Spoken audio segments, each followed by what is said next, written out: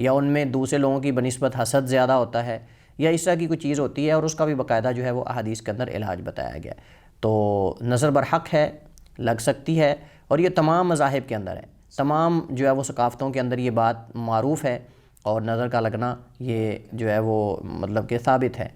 چلو جو منکرین احادیث ہیں ان کے یہ عقلی اعتراض ہیں، وہ یہ کہتے ہیں کہ یہ چیز کیسے ممکن ہے کہ ایک آدمی کی نظر دوسرے آدمی کو لگ سکتی ہے، نظر تو نظر ہے، دونوں کی نظر ہے، تو عقلی اعتبار سے وہ کہتے ہیں کہ یہ چیز ممکن نہیں ہے۔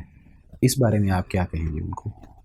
دیکھیے، پہلی بات تو یہ ہے کہ اگر واقعتاً ہی وہ قرآن کریم پر عمل کا دعویٰ کرتے ہیں اور کہتے ہیں کہ ہم قرآن پہ عمل کرتے ہیں، تو نظر کا لگنا قرآن سے بھی ثابت ہے، نظر کا لگنا قرآن کریم سے ثابت ہے، اور میں اس کے بارے میں 2 دلائل جو ہے وہ پیش کرتا ہوں۔ سب سے پہلی دلیل سورہ یوسف کے اندر ہے۔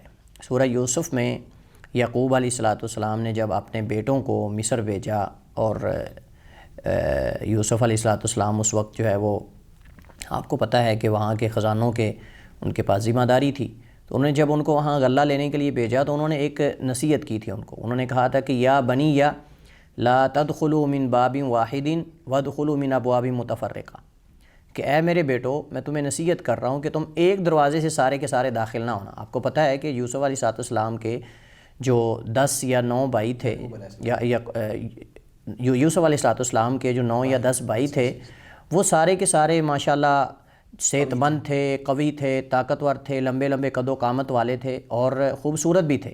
بے شک۔ تو چونکہ اگر 10 کے 10 یا 9 جتنے بھی تھے وہ ایک دروازے سے اگر داخل ہوتے ہیں تو نظر لگانے والے کی نظر لگ جائے گی، تو اس وجہ سے انہوں نے کہا کہ تم ایک دروازے سے داخل نہ ہونا، وادخلوا من ابواب متفرقہ، مختلف قسم کے دروازوں سے داخل ہونا۔ مفسرین نے اس بات کی طرف اشارہ کیا ہے کہ یہاں احتیاط کا پہلو اختیار کیا ہے کہ کہیں ان کو نظر نہ لگ جائے۔ صحیح۔ اور اسی طرح قرآن کریم کے سورہ فلق کے اندر آخری آیت کے اندر وَمِن شَرِّ حَاسِدٍ اذا حسد، اس کی تفسیر میں جمہور مفسرین کہتے ہیں کہ وَمِن شَرِّ حَاسِدٍ اذا حسد سے مراد ایک تو حسد ہے اور دوسرا مراد نظر ہے، نظر کا لگنا، کہ مطلب آپ جانتے ہیں کہ نظر کے اندر بھی حسد ہوتا ہے، اور حسد ہوتا ہے تو نظر لگتی ہے، بے شک، جیسا کہ اکثر علماء کا یہ جو ہے وہ موقف ہے۔ تو لہٰذا اللہ تعالیٰ نے باقاعدہ جو ہے وہ پناہ مانگنے کا کہا ہے، وَمِن شَرِّ حَاسِدٍ اذا حسد، کہ اللہ میں تیری پناہ میں آتا ہوں نظر بد سے اور حسد سے، جب حاسد سے جب وہ حسد کرے۔ اب یہ 2 آیات جو ہیں ان سے بھی نظر کا لگنا ثابت ہے، اور دوسری بات یہ ہے کہ نظر لگنے کی حقیقت کے بارے میں، اس کے اثر انداز ہونے کے بارے میں بے شمار دلائل ہیں، اتنے زیادہ دلائل ہیں کہ ان کو جھٹلایا نہیں جا سکتا۔ اگر آپ کہتے ہیں کہ اس کے بارے میں ضعیف احادیث ہے تو اس کے مقابلے میں بہت ساری احادیث صحیح ہیں، اگر یعنی تم کہتے ہو تو بہت ساری احادیث صحیح، اور قرآن کریم کی ان آیات سے گزشتہ جو ابھی ذکر کی گئی ہیں ان سے ان کی تائید بھی ہوتی ہے۔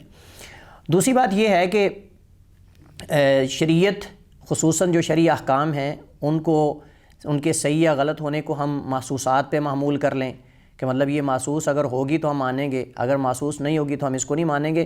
بہت ساری ایسی چیزیں ہیں کہ جن پر یہ لوگ بھی ایمان لاتے ہیں اور وہ محسوس نہیں ہوتی۔ مثال کے طور پر کہتے ہیں جی فلاں وائرس ایک سے دوسرے میں منتقل ہو جاتا ہے، نظر آتا ہے آپ کو منتقل ہوتے ہوئے؟ آپ کو کس نے کہا کہ وائرس منتقل ہو جاتا ہے؟ فلاں بیماری، فلاں شعائیں اثر انداز ہوتی ہیں، فلاں اثر انداز نہیں ہوتی، اور باقاعدہ اس سے وقایا کے لیے یا اس سے بچنے کے لیے احتیاطی تدابیر اختیار کی جاتی ہیں اور تلقین کی جاتی ہے۔ ابھی ماضی کے اندر آپ کرونا وائرس کی اگر بات کریں تو کس قدر لوگوں کو جو ہے وہ فاصلے کروائے گئے اور سب کچھ کیا گیا۔ اگر پھر عقل کی بات کرتے ہو تمہاری تو ایک بات بھی نہیں ماننی چاہیے، یعنی وہ نظر آتی ہے ہمیں، یہ مطلب وائرس جب پھیلتا ہے تو نظر آ رہا ہوتا ہے۔ اور کئی بیماریوں کے بارے میں ڈاکٹر حضرات کہتے ہیں جی یہ بیماری ایک سے دوسرے کو لگ سکتی ہے، نظر آتی ہے لگتے ہوئے، جب ایک سے دوسرے منتقل ہوتی ہے۔ مطلب تمہیں نظر آتی ہے تو بتائیں۔ اچھا، اس سے بڑی بات یہ ہے کہ کئی ایسی چیزیں ہیں ہمیں نظر نہیں آتی، لیکن یہ سب لوگ بھی جو محسوسات پہ ایمان لاتے اور غیر محسوسات پہ ایمان نہیں لاتے، کہ جو چیزیں حسی ہم ان کو مانتے ہیں غیر حسی کو نہیں مانتے، تو روح ہے۔ اب کوئی ایسا انسان ہے جو کہتا ہے انسان میں روح نہیں؟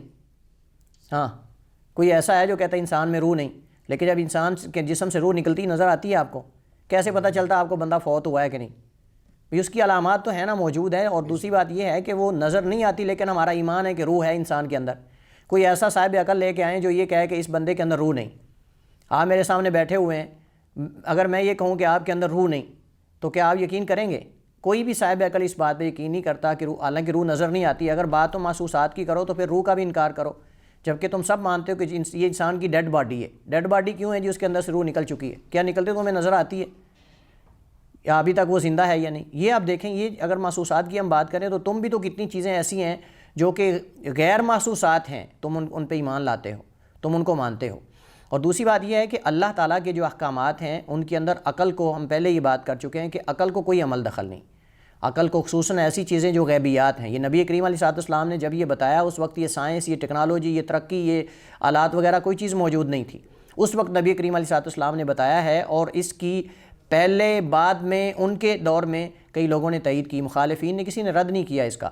اور دوسری بات یہ کہ اس دور کے اندر بھی جدید سائنس, جدید ترقی اتنی ہو چکی ہے کہ باقاعدہ جو سائنسدان ہیں, ڈاکٹر حضرات ہیں, اور جو تجزیہ نگار ہیں, اور جو صحافی لوگ ہیں, انہوں نے اس مسئلے پہ باقاعدہ ریسرچ کی ہے.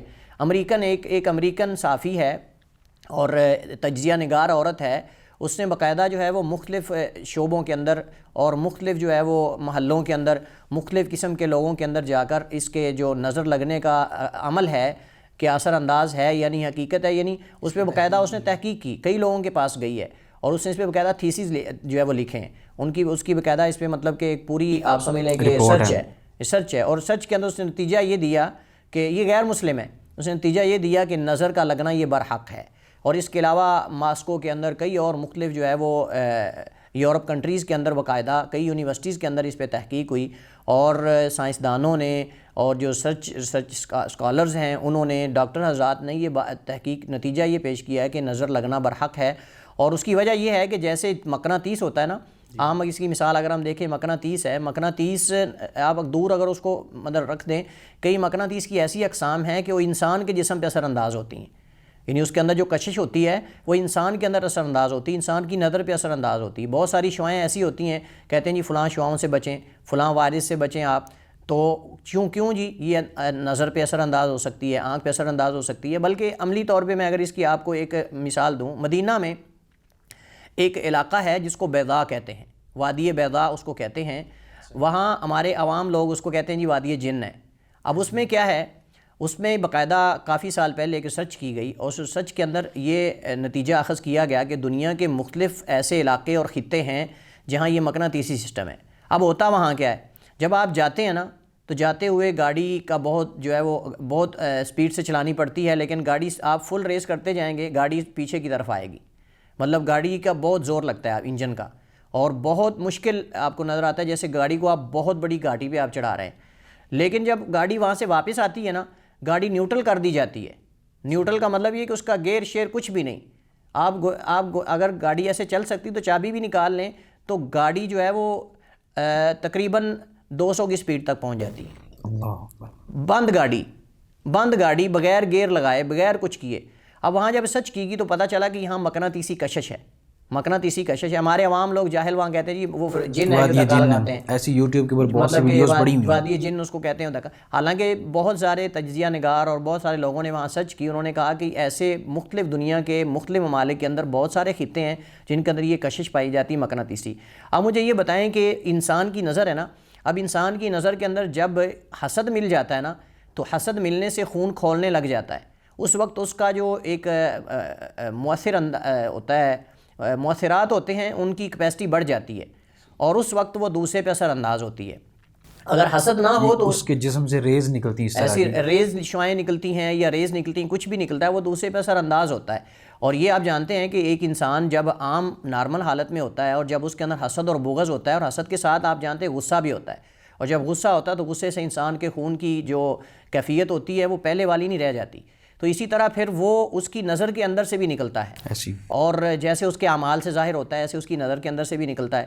تو اس سے پھر وہ جب حسد اس کے اندر پیدا ہوتا ہے تو وہ مؤثر ہو جاتی. اور یہ بعض بندوں کے اندر مطلب کہ بکثرت پایا جاتا ہے, اور آپ سنتے رہتے ہیں کہ لوگ کہتے ہیں جی فلاں کی زبان کالی ہے, فلاں ایسا ہے. تو بلکہ باقاعدہ محدثین نے اور علماء نے تو یہ مسئلہ بھی بیان کیا ہے کہ جس بندے کے بارے میں یہ معروف ہو جائے کہ اس کی نظر لگ جاتی ہے, اس کو جو ہے وہ قید و بند میں رکھنا چاہیے. کچھ دیر کے لیے اس کو قید و بند میں رکھنا, اور وہ بسم اللہ ماشاء اللہ بھی نہیں پڑھتا, کوئی دعا بھی نہیں پڑھتا, تو اس کو قید و بند میں رکھنا چاہیے. چونکہ اب اس کو بند کرنا تو اس کی ذات سے متعلقہ ہے, لیکن اگر اس کو چھوڑ دیں گے تو ممکن ہے کئی لوگوں کی اموات ہو جائیں. اور عملی طور پہ یعنی تجرباتی طور پہ, مشاہداتی طور پہ بھی تمام دنیا کے آپ اگر میں مبالغہ نہ ہو تو کہوں گا 99% لوگ ایسے ہیں جو اس بات پہ ایمان رکھتے ہیں کہ نظر لگتی ہے. بے شک. اور ہم اپنی آنکھوں سے دیکھتے ہیں. کئی بندے کہتے ہیں جس کو فلاں کی نظر لگ گئی. یا نبی کریم علیہ السلام کے زمانے کے اندر بھی اس کی مثالیں موجود ہیں کہ آپ صلی اللہ علیہ وسلم نے ایک بچی کو دیکھا, اس کے چہرے پر نشانات تھے, تو آپ نے فرمایا کہ اس کو دم کرو. نبی کریم علیہ السلام نے ان کو دم کرنے کا کہا. تو اس کے علاوہ مختلف ادوار کے اندر ایسے واقعات پیش آئے ہیں کہ جن واقعات سے یہ باقاعدہ پتہ چلا ہے کہ فلاں آدمی کی نظر لگ جاتی ہے, اور اس کی نظر جو ہے مؤثر ہوتی ہے اور اثر انداز ہوتی ہے, اور کئی لوگوں کی اس سے اموات ہوتی ہیں. اور یہ نظر جو ہوتی ہے بسا اوقات اس سے موت بھی واقع ہو جاتی ہے, اور بسا اوقات اس سے بیماریاں بھی لگ جاتی ہیں. بسا اوقات انسان محسوس نہیں ہوتا کہ اس کو نظر لگی, انسان کمزور سے کمزور تر ہوتا چلا جاتا ہے, حتیٰ کہ وہ صرف ہڈیاں نظر آتا ہے. اللہ, یعنی اس قدر یہ تو گویا کہ نبی کریم علیہ السلام کی حدیث کے اندر بھی اس کی طرف اشارہ ہے کہ العین حق, یعنی نظر کا لگنا یہ برحق ہے اور بہت تیزی سے لگتی ہے.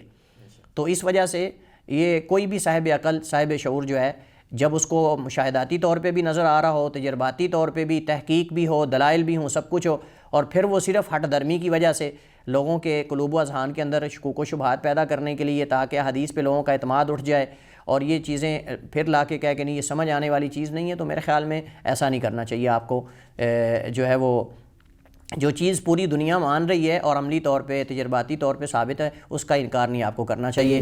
ہاں البتہ سیدھا آپ کہہ دیں کہ ہم حدیث کو نہ ماننے کی وجہ سے ایسا کرتے ہیں, یا مطلب کہ ہم لوگوں کے قلوب و اذہان میں شبہات پیدا کرنا چاہتے ہیں, پھر بس یہی رہ گیا اور تو کوئی نہیں.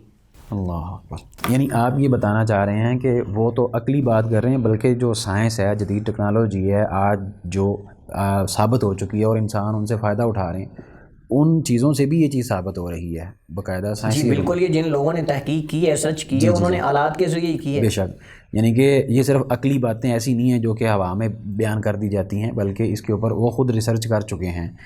بہت شکریہ شیخ, اللہ تعالیٰ آپ کو رحمت و برکتوں سے نوازے.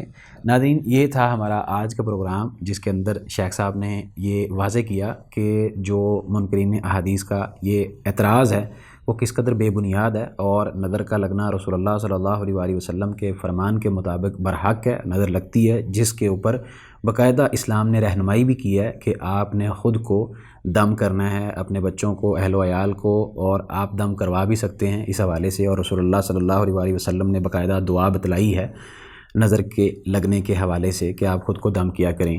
انشاءاللہ ہم اپنے دیگر موضوعات کے ساتھ حاضر ہوں گے, تب تک کے لیے آپ ہمیں دیجیے اجازت. اللہ حافظ.